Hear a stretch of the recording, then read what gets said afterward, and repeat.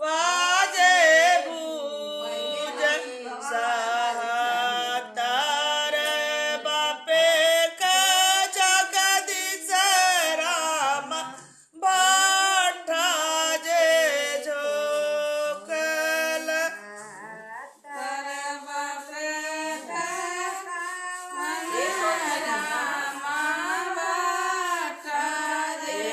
कही बापे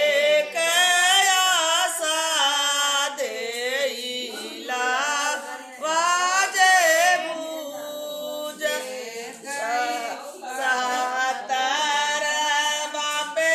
कभी जय राय पाठा जे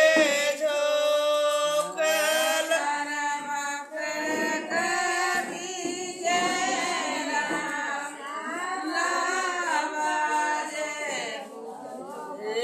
कही बापे के पूनम देला वाजे भूज सहा